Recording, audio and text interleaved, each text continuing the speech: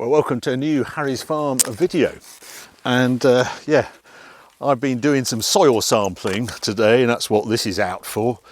And this video we're just going to run over what's been happening on the farm. There's been quite a lot happening on the farm apart from rain.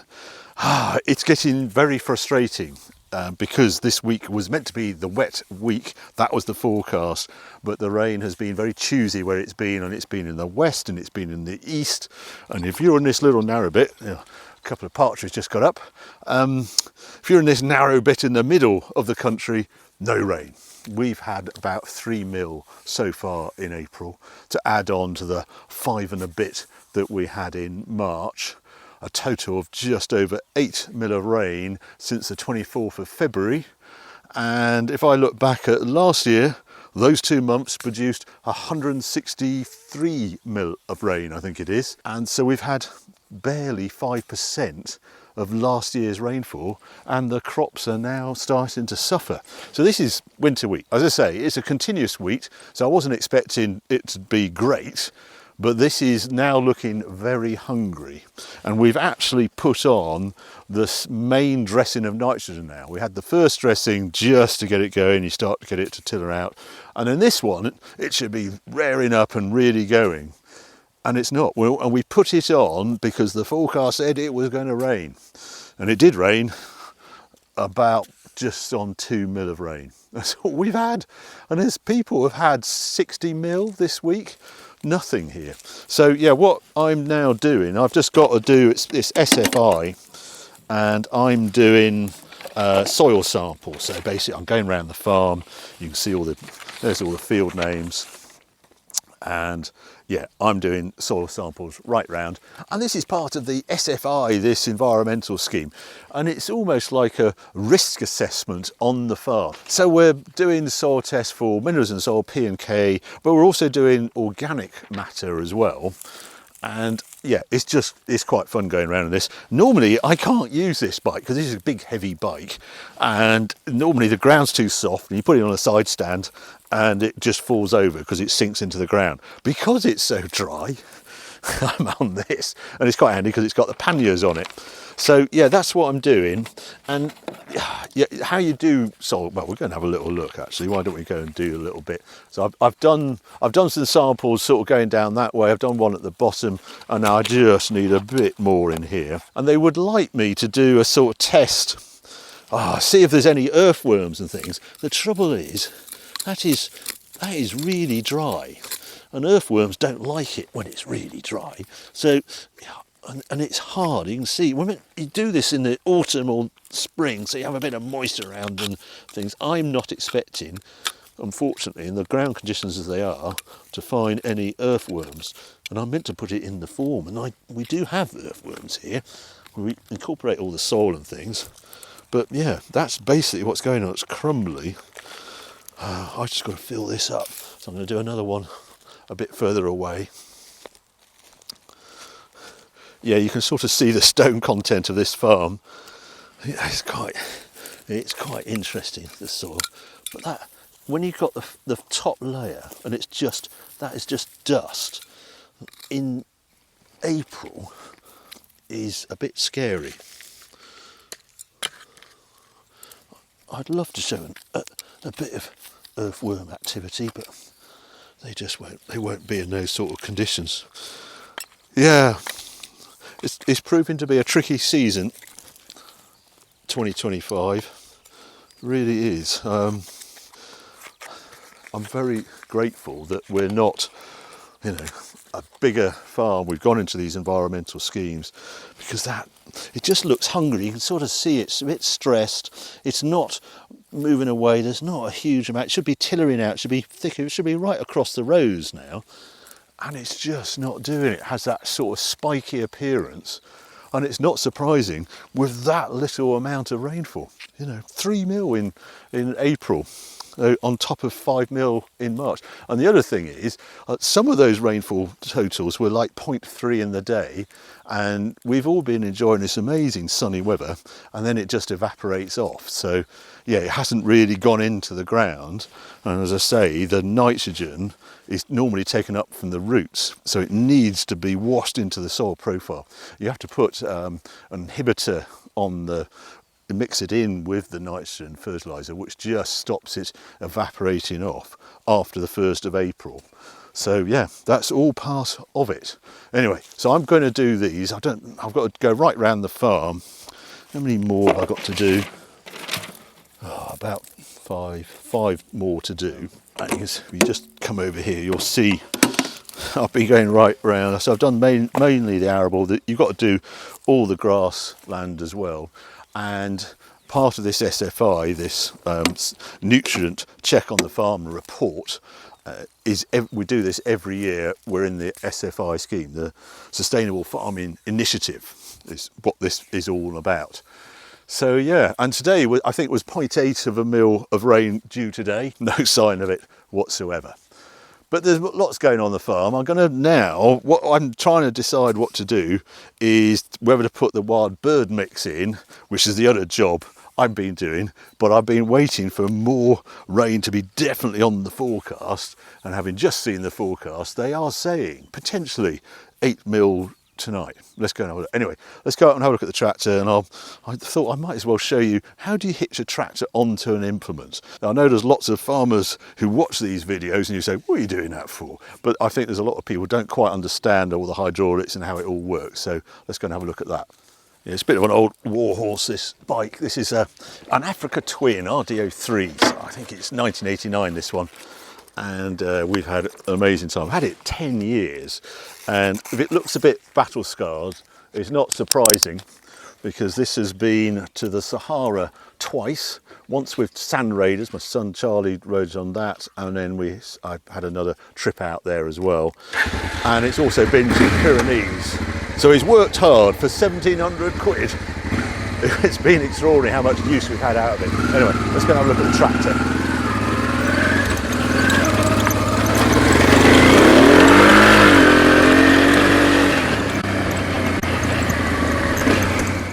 We've used this implement before, but this is what it's a light cultivator.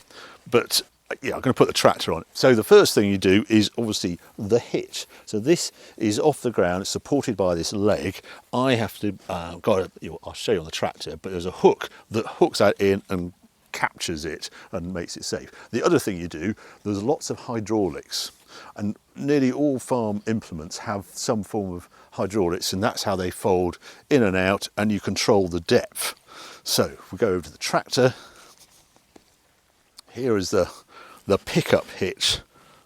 So I have to get the implement into there. That is lifted by these arms. When I start the tractor up, that will lift. There is a release in the cab that will lower down, and I will line it up so I can hook on there. And these are where the hydraulic pipes go. And I have spool valves, as they're termed, in the cab, and I can control the flow on there. The other little bit you've got on here is I can control the arms. I can go up and down and lift on the arms by this remote controls here. And then this one is the third spool valve, and that will control that hook there. And I can actually move it in and out from the cab to help hook it on, because the downside is when you're driving a tractor, it's just next to impossible to see what's going on there if you just sort of see where your eye is. So but I can push that out, and then I can line it up as I back onto the trailer. That's the theory. We'll see if it all works. I think we'll have to put the dog away because don't want him around when I've got tractors. Come on, Stanley. Right, you get about there, and then I'm just going to release. What I'm going to do is release the arms. Right, what I'm doing now, I'm lifting up on the arms, putting on this lever, and you'll see that hitch going down, I hope. I'm going to put it there, and if I press this one, that then comes out like that, and I can just about see that. and I will back up to that eye, and I can't see the height, but I know I'm pretty close. I want to go down a bit. There we go. Am I on it? It really is, on a tractor you can hardly see it. I'll just creep in like that. And I think if I go up now, I'm in. And what I'm just going to do now, I'm just going to take a little bit of the weight of the implement on there and just put it on the hydraulics, and I'm going to drive towards the implement like this.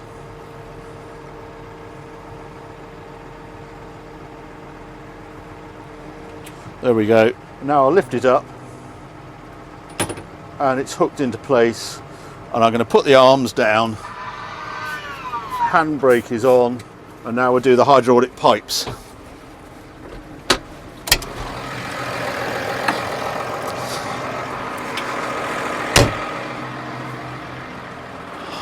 Take this leg up.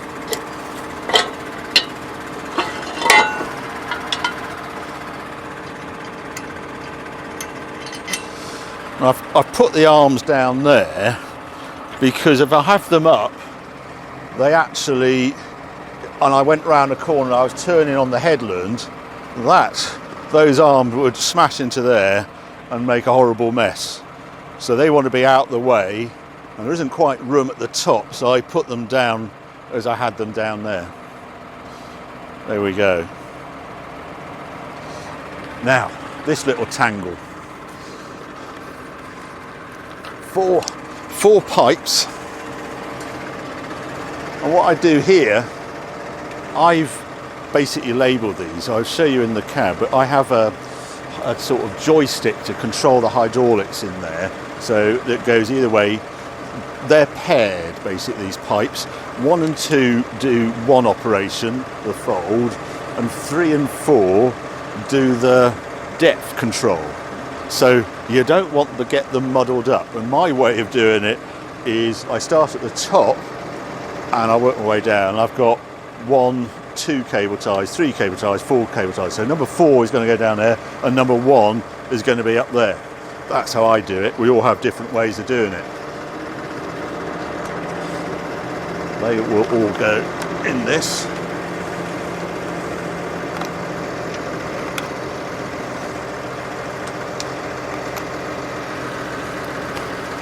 And there we go. We are all coupled up.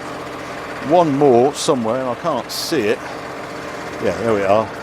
And that is the lights at the back.